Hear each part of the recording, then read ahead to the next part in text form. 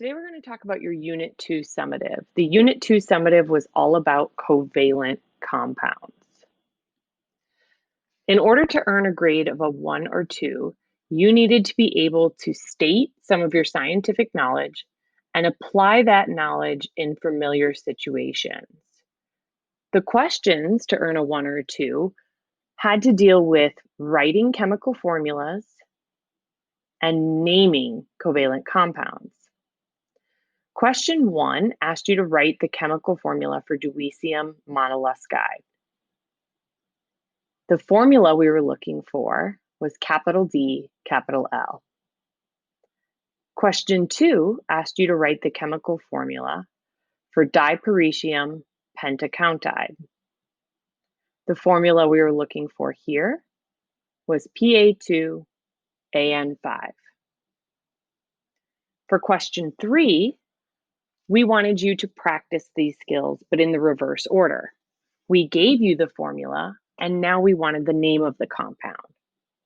The formula we asked you about was DAN4. The name we were looking for this formula was deuterium tetracounteide. To earn a grade of a 3 or a 4, you had to do a little bit more. Here we wanted you to be able to outline your knowledge. You're going to apply that knowledge to solve problems, still in a familiar situation, but then you also needed to interpret information. You had one more naming question, but this naming question required you to use 2 prefixes. So up above here, you only had to use the prefix for the number 4. But now we're asking you to use the prefix on both elements. So you had a prefix for the number 2 and for the number 5. The name we were looking for this formula was diparkyne pentaluscide. Question 5 asked you to draw the electron dot diagram for bulldogium. Now you've drawn electron dot diagrams before, but this interpretation piece and the more challenging part that gets you to that 3-4 range is being able to find this element on the periodic table and determine the number of valence electrons the element has. Bulldogium was in column 3A or column 13, meaning it had 3 valence electrons. Remember that you need to add 1 electron on each side before you begin doubling it up. Let's look at question 6. Question 6 was another electron dot diagram question, but this time we wanted you to draw the electron dot diagram for sollium. Sollium was in group 6A or group 16 and has 6 valence electrons. You can see here that we have 2 lone electrons and the other 2 sides are doubled up. So 6 total valence electrons, but we did not double 3 sides. We went 1, 2, 3, 4, and then we added a 5th and 6th electron. Only on 2 sides were we doubling up or partnering up electrons. To earn a grade of a 5 or 6, again, you needed to do a little bit more. This time we needed you to describe your scientific knowledge. You were still able to solve some problems in a familiar situation, but then you might also start to see problems that maybe you've never practiced before, or you've practiced something similar but not exactly the same. We're also asking you to analyze the information and make scientific judgments.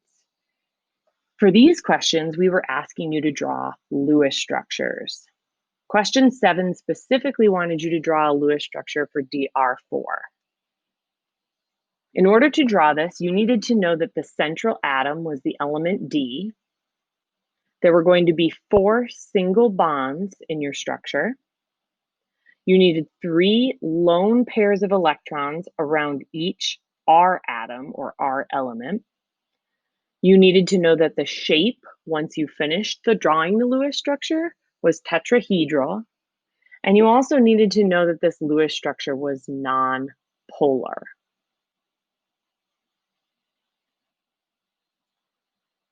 If we look at the diagram and we look at what you needed in the diagram, you're able to see here that we do have D as the central atom. You can see those 4 single bonds.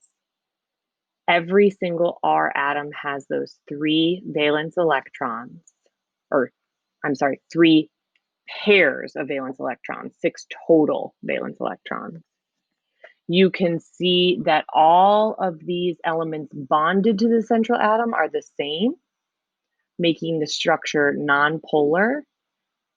And that when we have 4 domains coming off of our central atom, all 4 of these domains are bonded atoms. There are no lone pairs. We know that shape is tetrahedral.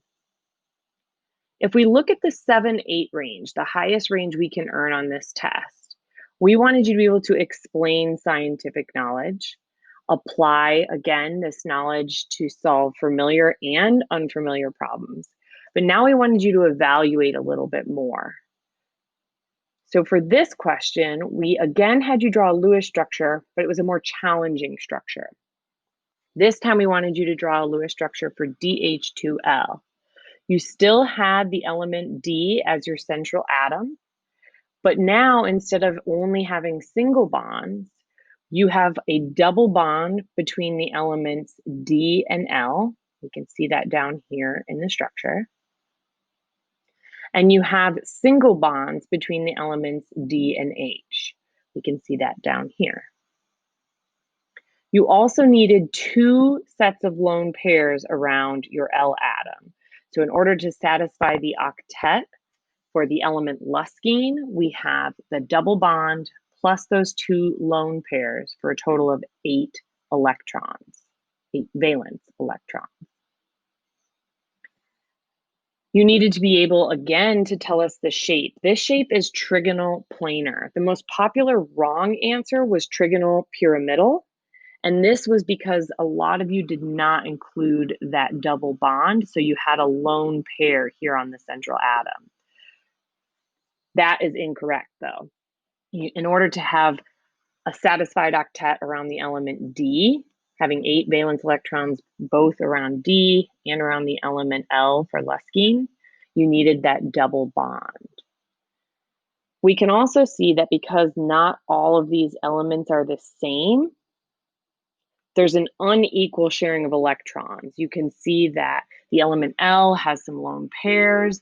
You can see that hydrogen does not have any lone pairs. And we're going to have a more negative side to this structure and a more positive side to this structure down here by hydrogen, making this a polar Lewis structure.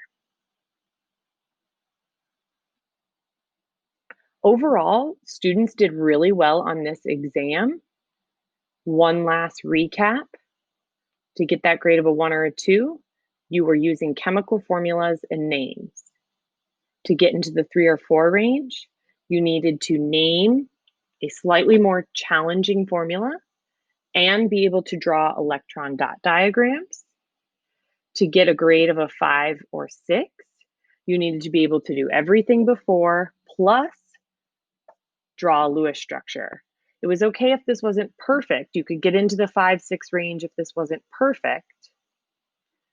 But to move to that 7, 8, that top score, you did need to draw a Lewis structure successfully and be able to draw a more complicated structure. If you have any questions, just reach out to your chemistry teacher and they're going to be happy to review any of these details with you one-on-one.